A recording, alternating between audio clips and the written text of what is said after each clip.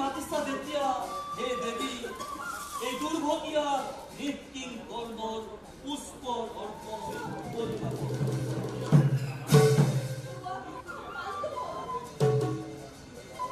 এই কথা মাতৃ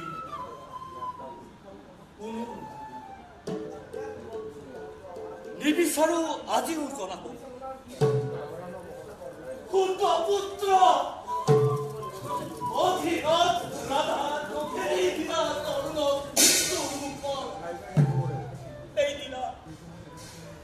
সেইদিনা মাতৃ এবাৰ নাভাবিলা নিজ হাতে ৰাক্ষসী বেশে কি শাস্তি দিলা এই পুত্ৰ তোমাৰ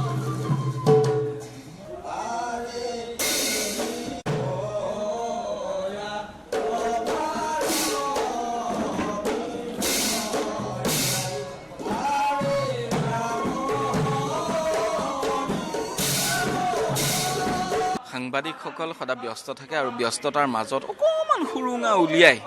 আমি আমাৰ যি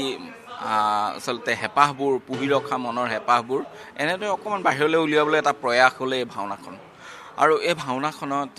মোৰ ভাগত দায়িত্ব পৰিছে শ্ৰীকৃষ্ণৰ ভাও ৰূপায়ণৰ গতিকে যৎপৰোনাস্তি চেষ্টা কৰিছোঁ নিশা সকলোৱে আহি 1 বজালৈকে ইয়াত আখৰা কৰে গোটেই দিনটো সকলোৱে ডিউটি কৰে আৰু এনেধৰণে যি প্ৰচেষ্টা হাতত লৈছে এই প্ৰচেষ্টা গুৰুজনাৰ যি নৱৰসৰ সৃষ্টি ভাওনা সেই ভাওনা এখনক সম্পূৰ্ণৰূপে উপস্থাপন কৰাটো অতি কষ্টসাধ্য আৰু সেই কষ্টসাধ্য কামফেৰা আমাৰ নিচিনা কেইজনমান নিকলীয়াৰ বাবে সম্ভৱ বুলি মই নাভাবোঁ তথাপিতো চেষ্টা অব্যাহত ৰাখিছোঁ আশা কৰোঁ গুৰুজনাই আমাক আশীৰ্বাদ দিব ভগৱন্তই শক্তি দিয়ক আৰু ইতিমধ্যে দিন তাৰিখ আপোনালোকে গম পাইছেই আৰু সেইদিনা সকলোকে নিমন্ত্ৰণ জনাইছোঁ সকলো আহক আমাৰ আশা সুধিয়া প্ৰচেষ্টা আমি কিমান দূৰ আগুৱাব পাৰিছোঁ আহি যদি পাৰিছোঁ এটা হাততালি দি আমাক কিছু উৎসাহিত কৰিব বুলি নিমন্ত্ৰণ জনাইছোঁ আজি আচলতে অন্তিম নহয় ইয়াৰ আৰু 2টা দিন আছে কিন্তু আমাৰ হাতত সময় খুব কম সময় কাৰণ আমি গোটেই দিন দিব নোৱাৰোঁ গতিকে আমি আহি ডিউটি শেষ হোৱাৰ পিছত যেহেতু লাগিব লাগে গতিকে খুব কম সময় আছে অৰ্থাৎ আমাৰ হাতত এতিয়া মাত্ৰ কেইটামান ঘণ্টা আছে এই ঘণ্টাকেইটাৰ ভিতৰত আমি বাকী থকাখিনি সম্পূৰ্ণ কৰিব লাগিব মিউজিকৰ লগত ৰিহাৰ্চেল আছে প্লেচিঙৰ কথা আছে আৰু লাইটৰ কথা আছে সেইখিনি গোটেইখিনি কথা এতিয়াও ৰিহাৰ্চেল বাকী আছে কিন্তু কম সময়ত অকল ডাইলগ ডেলিভাৰী নহয় বহুখিনি কথা থাকে ভাওনাখনত সেই সকলোখিনি সুন্দৰকৈ উপস্থাপন কৰিবলৈ যথেষ্ট কষ্টসাধ্য আশা কৰোঁ সুন্দৰ হ'ব আপোনালোকো আহক চাই ভাল পাব বুলি আশা কৰিছোঁ 15 মাৰ্চ সন্ধিয়া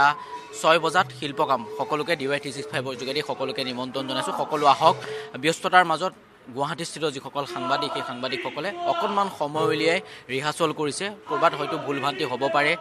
তাৰ কাৰণেও আপোনালোকৰ ওচৰত আমি আগতীয়াকৈ ক্ষমা প্ৰাৰ্থী কাৰণ ব্যস্ততাৰ মাজত সাংবাদিকসকলে ৰিহাৰ্চেল কৰিবৰ কাৰণে যেনেদৰে সময় উলিয়াব লাগে তেনেদৰে অকণমান পাবৰ কাৰণে দিগদাৰ সকলোৱে সেই কথা গম পায়